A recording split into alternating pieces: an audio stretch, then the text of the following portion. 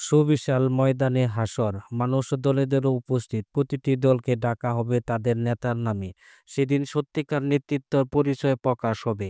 পবিত্র কোরআনে এরশাদ রয়েছে, স্মরণ করো সেই দিনকে যখন প্রত্যেক সম্প্রদায়কে তাদের নেতাসহ ডাকা হবে। ইমামকে মুফাসসিরদের ব্যাখ্যা, মুজাহিদ ও কাতাদা রাদিয়াল্লাহু এর মতে এখানে ইমাম বা নেতা বলতে নবী রাসূলদের বোঝানো হয়েছে, অর্থাৎ প্রত্যেক উম্মতকে তার নবীর নামে ডাকা হবে। পক্ষান্তরে হযরত ইবনে আব্বাস রাদিয়াল্লাহু আনহু বলেছেন, ইমাম বলতে ভালো মন্দ উভয় প্রকার নেতাকে বোঝানো হয়েছে।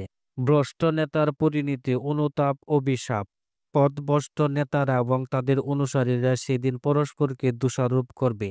আল্লাহ তাআলা বলেন, তারা বলবে, হে আমাদের প্রতিপালক, আমরা আমাদের নেতা ও বড়দের আনুগত্য করতাম এবং তারা আমাদের পথ ভ্রষ্ট করেছিল।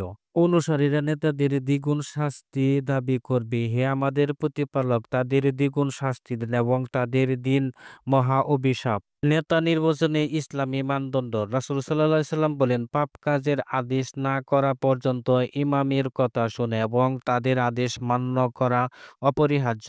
তবে পাপ কাজের আদেশ করা হলে তা শোনো এবং আনুগত্য করা যাবে না। আল্লাহ তাআলা নির্দেশ দেন, হে বিশ্ববাসীরা, তোমরা আনুগত্য করো আল্লাহর এবং আনুগত্য করো রাসূল এবং তোমাদের নেতৃত্ববৃন্দদের। মূলত বিধান দেওয়া অধিকার শুধুমাত্র আল্লাহরই। কিন্তু রাসূল সাল্লাল্লাহু আলাইহি ওয়াসাল্লাম যেহেতু মহান আল্লাহর প্রতিনিধি, এজন্যই মহান আল্লাহর স্বীয় আনুগত্যের সাথে সাথে রাসূল সাল্লাল্লাহু আলাইহি ওয়াসাল্লামের আনুগত্য ওয়াজিব এবং একই কারণে আমির এবং সৎ নেতার অনুগত হওয়া জরুরি, কারণ এতে করে প্রকৃতপক্ষে আল্লাহরই আনুগত্য করা হয়। সৎ নেতৃত্বের পুরস্কার ও ভ্রষ্ট নেতৃত্বের পরিণতি, যাদের নেতা সত্যবাদী, কিয়ামতের দিন তারা মুক্তি পাবে, তাদের ডান হাতে আমলনামা দেওয়া হবে। অপরদিকে পাপী বা ভ্রষ্ট নেতাদের আমলনামা বাঁ হাতে দেওয়া হবে এবং তারা অভিশপ্ত হয়ে থাকবে।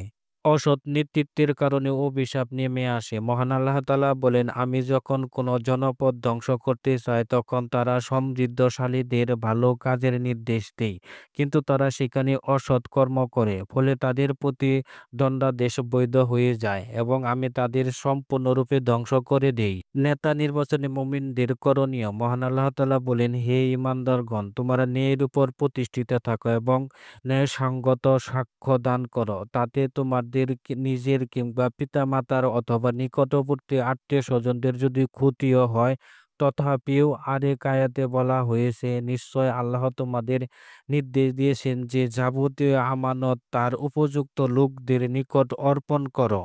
তাই ন্যায়নিষ্ঠ ও যোগ্য ব্যক্তিকে নেতা নির্বাচন করা প্রত্যেক মুমিনের দায়িত্ব। যোগ্যতার মানদণ্ডে প্রার্থী হওয়ার যোগ্য নয় এমন ফাসিক অসৎ ব্যক্তিকে নেতা নির্বাচন করা ইসলামে নিষেধ।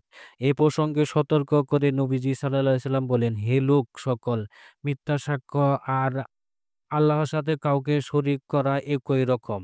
নেতৃত্ব হলো আমানত, দুনিয়া ও আখিরাতের সফলতা নির্ভর করে সৎ নেতৃত্বের উপর।